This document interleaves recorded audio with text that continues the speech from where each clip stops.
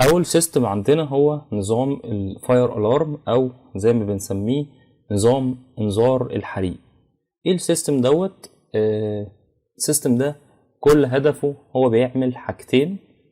كل هدفه ببساطة جدا ان هو يديتكت او يسنس ان في حريق في المكان. اول مثلا يحصل، انا عامل السيستم بتاعي ده في روم معينة، فحصل حريق في الروم دي، فالسيستم ده كل شغلته هيبتدي يديتكت ان في حريق في المكان عن طريق الدخانة اللي هتطلع دي، هنشرح ده بالتفصيل. وبعد كده يعمل الجزء التاني او الجزء التاني من الفانكشن بتاعته ان هو يعمل الارم، يدي بقى الارم عن طريق سرينة او جرس ان في هنا حريق في الاوضه دي او المكان ده. فهو السيستم بيعمل بس حاجتين، او كل شغلته هو عباره عن تو ستيج.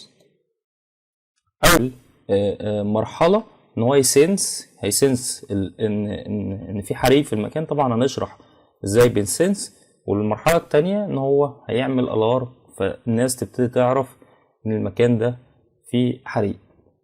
وده جاي من اسمه، هو اسمه فاير الارم سيستم او نظام انذار الحريق. لكن السيستم ده مش بيطفي الحريق. السيستم اللي بيطفي الحريق ده سيستم تاني بسميه الفاير فايتنج سيستم. والفاير فايتنج سيستم ده نظام خاص بالميكانيكا او المهندس الميكانيكي. مش انا كمهندس كهرباء اللي بعمله ديزاين، ولا انا اللي بنفذه، ده جزء من شغل المهندس الميكانيكي.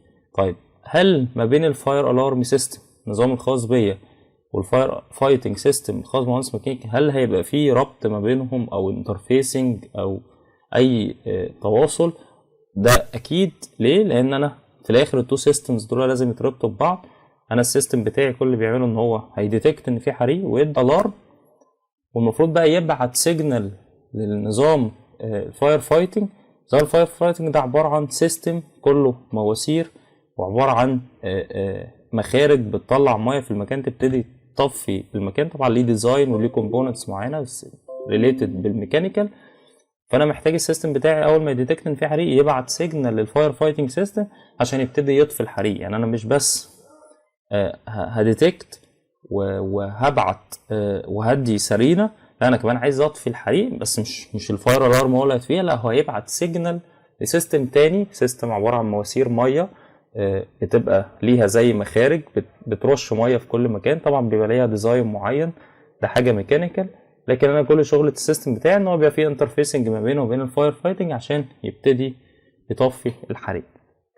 طيب، فده هدف نظام اطفاء الحريق، هو الكشف عن الحريق في المكان.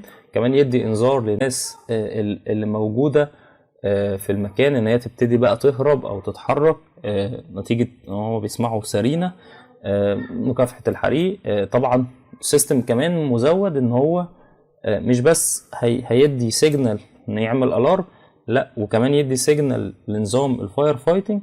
لا ده كمان ممكن يبعت سيجنال لمكان مسؤول عن الاطفاء ان المكان ده فيه حريق، يبتدي ان هو يجي يطفيه. اخر حاجه خالص ان هو برضو بيتربط مع السيستمز الخاصه بقى باطفاء الحريق اللي هي الفاير فايتنج سيستم. فده الفرق ما بين الفاير الارم والفاير فايتنج. ده نظام انذار الحريق خاص بيا كمهندس كهرباء، والفاير فايتنج ده نظام اطفاء الحريق. طبعا مش قصتي خالص، مش مهم اعرف تفاصيله، لكن كل اللي انا عايز ابقى اعرفه ان انا في ربط عندي ما بينه عشان نظام الفاير فايتنج يشتغل. طيب،